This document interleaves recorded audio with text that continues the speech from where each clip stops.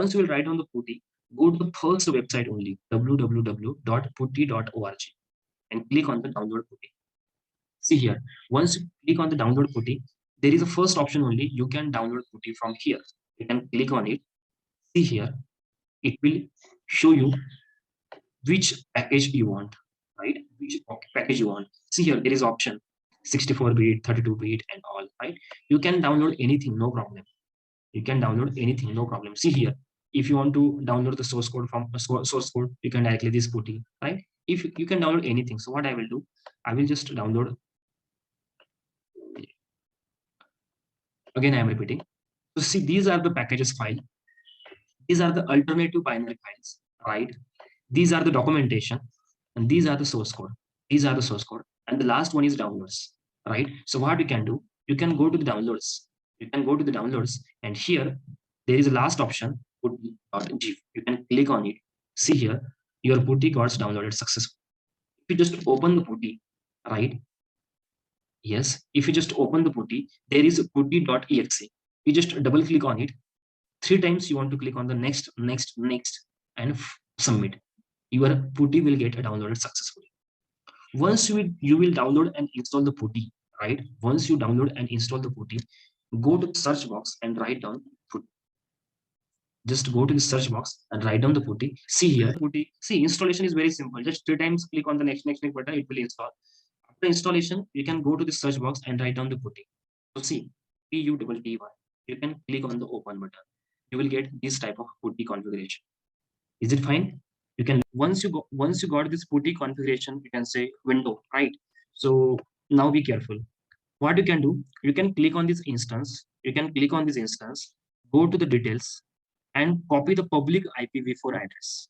What you can do, you can go to the Linux machine, click on the details button, and click on the Linux, select the public IPv4 address. You can copy this address, public IPv4 address. Okay. So let's assume you copied the address and you are pasting in the host name.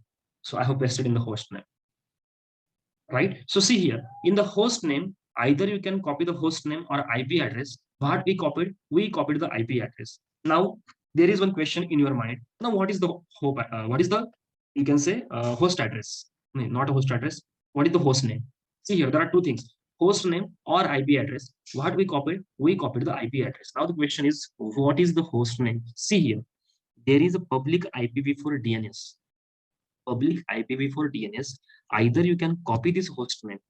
This is called as host name. Either you can copy this host name, otherwise you can copy the public IPv4 address. Now maybe there will be a one question in your mind: why we are copying the public IP, not a private IP? Again, I am repeating. The private IP is only going to accessible or useful once we are going to access the AWS instance within the organization. Then we can go with the private IP. But here, the public, the whole world wide web wants to access a Myntra.com, right? So they will obviously require a public IP. So what you can do, either you can copy the IP address, otherwise you can copy the host name. So public IPv4 DNS is the host name. You can copy paste this, otherwise you can copy paste the public IPv4 address. So I have copied the public IPv4 address. Just see here, this is my public IPv4 address. Step number 1 completed. Now in the left hand side, there is an option called as SSH. Click on the SSH and go to the authentication. Why? To log in with this Linux machine, to log in with this Linux machine, we require a key. To open this machine, we require a key. So here we need to give the key. In the SSH, there is an option called as authentication. You can double click on the authentication. Once you double click on the authentication, you will get this option. Now they will ask you, please browse the private key. You can click on the browse button, right? In the download, there is a key called as Linux machine key. You can select it. You can click on the open button. See, this is taken the path. See, user Prashant download and the key name. Got it? Yes, this is the step. Now again, suppose you want to go to the back. How you can go to the back? You can click on the session button. See, this is my IP address, right? Again, if you are going to the SSH, there is authentication. We have added the private key. Click on the open. You will get this type of security alerts. Key. You are adding one. You can say key. This key is going to use for, or you can say to open your machine. So is it fine or not? This type of question, this type of trust security alert you will get. You can directly click on the yes, no problem. Then they will ask you login as. Then they will ask you login as. You given the key, right?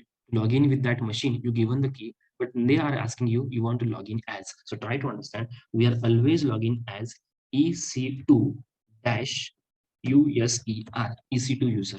You are logging as EC2 user. I will show you. If you are clicking on the Linux machine, you can just click on the connect buttons, right? There is an option called as EC2 Instance Connect, right? So this is my instance ID. This is my public IP address. And what is the username? Yesterday on the Windows machine, there was a username called as administrator. Here, what is the username? The username is EC2-user, right? And there is no password type of string in the EC2, or you can say SSH type. Why? Because we already given the key, right? So what is the username? The username is EC2-user. Either you can copy this and paste this. See here, you can change the username. You can give your own username, right? But by default, username is EC2-user. That's why I have written login as EC2-user. You can click on the enter button. See here, we are inside the Amazon Linux machine. How we can see we are inside? See here, EC2-user IP address 172.31.38.207. You connected with this machine, right? So how you can cross check? You can copy this IP. See here, 172.31.38.207. What is this IP? Obviously, this is the private IP of your machine, right? You can go to your EC2 instances. This is my EC2 instance. If you click on the Linux machine, see here, what is my private IP? 172.31.38.207. See here, 172.31.38.207. We connected via public IP. We connected via public IP. Once we connected successfully, and we are getting the private IP. 172.31.38.207, 172.31.38.207. Correct. Yes, we log in successfully. If you click on the, if you want to just check out, is there any directory, is there any folders are available, just write down yes. It will show blank, there is nothing, right? So today you just try to understand how to connect with it, right? Because